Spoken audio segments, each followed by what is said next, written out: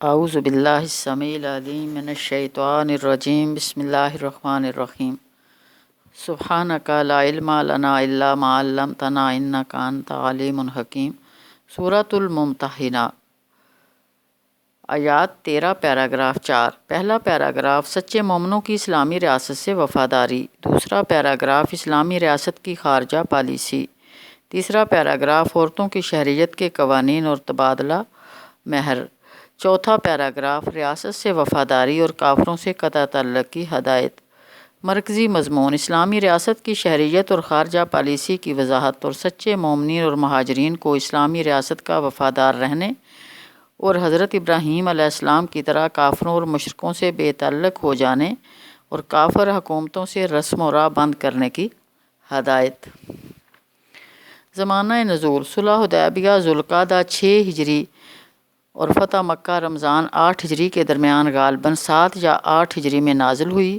ایک مخلص صحابی حضرت حاطب بن ابی بلتہ رضی اللہ عنہ نے مکہ میں موجود اپنے رشتہ داروں کو بچانے کے لیے فتح مکہ سے پہلے ایک اہم جنگی راز مکے کی ایک لونڈی کے ذریعے قریش کو پہنچانے کی کوشش کی اور رسول اللہ صلی اللہ علیہ وسلم کی جنگی تیاریوں سے انہیں آگاہ کرنا چاہا۔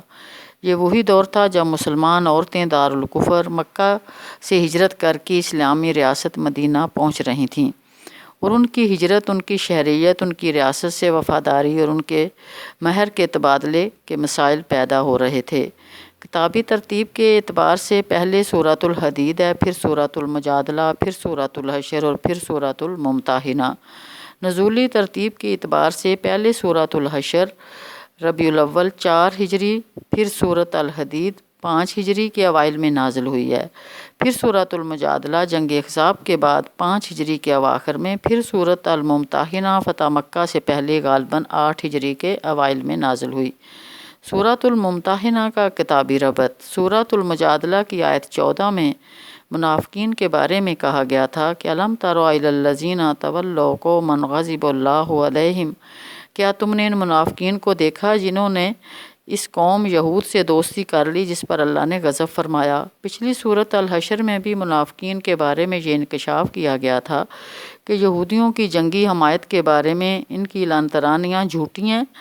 آیت 11 کہ یہاں سورۃ الممتحنہ کی آخری آیت میں مسلمانوں کو حکم دیا جا رہا ہے لا تتولوا قوما غضب اللہ علیہم، ان لوگوں کو اپنا دوست نہ بناؤ جن پر اللہ نے غضب فرمایا۔ آیت 13 اہم کلیدی الفاظ اور مضامین۔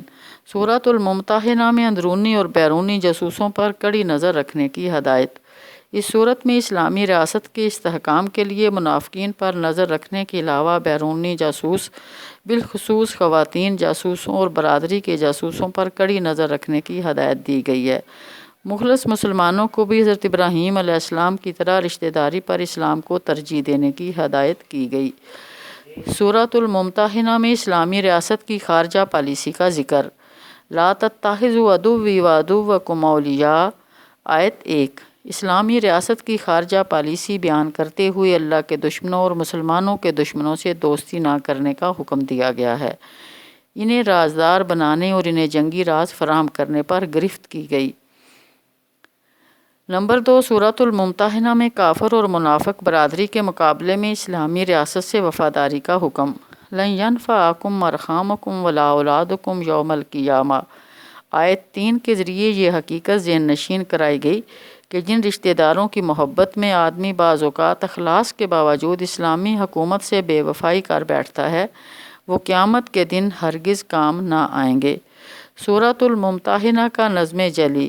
سورۃ الممتحنہ 4 پیراگرافوں پر مشتمل ہے۔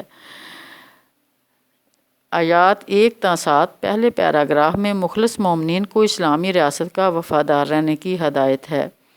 اسلامی ریاست کے حقوق اور رشتہ داروں کی محبت کے درمیان کشمکش میں اہل ایمان ریاست کے وفادار ہوتے ہیں۔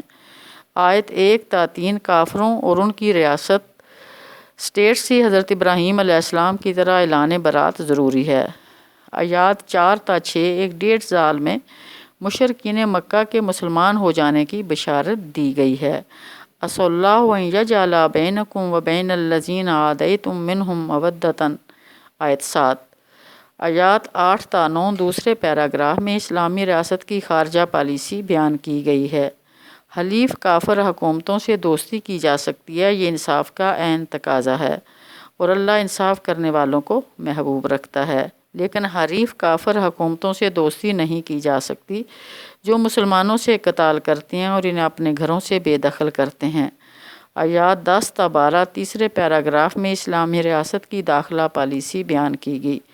عورتوں کی شہریت کے قوانین کی وضاحت ہے۔ اسلامی ریاست کی طرف ہجرت کرنے والی خواتین کی تفتیش ضروری ہے۔ ممکن ہے کہ وہ جاسوس ہوں۔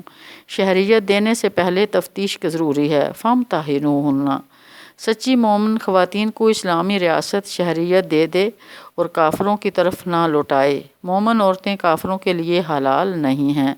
مختلف شہریتیں رکھنے والی خواتین کے مہر کے تبادلے کے احکام دیے گئے۔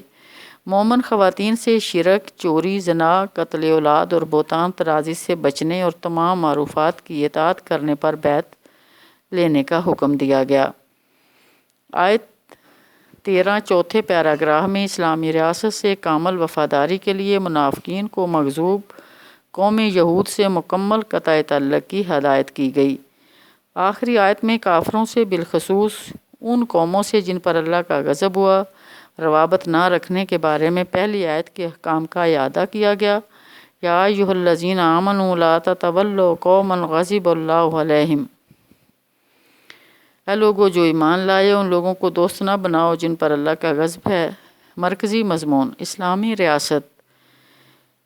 اسلامک اسٹیٹ کے استحکام کے لیے کافروں کو جنگی راز فراہم نہ کرنا، حضرت ابراہیم علیہ السلام کی طرح رشتہ داروں کے مقابلے میں اسلام سے وفا کرنا، اسلامی ریاست سے وفادار رہنا، اپنی خارجہ اور داخلہ پالیسی میں قرآن و سنت پر عمل کرنا اور غضب یافتہ یہودیوں سے قطع تعلق کر لینا ضروری ہے۔ وآخر دعوانا ان الحمد للہ رب العالمین۔ اللہم اعنا علی ذکرک و شکرک و حسن عبادتک، آمین۔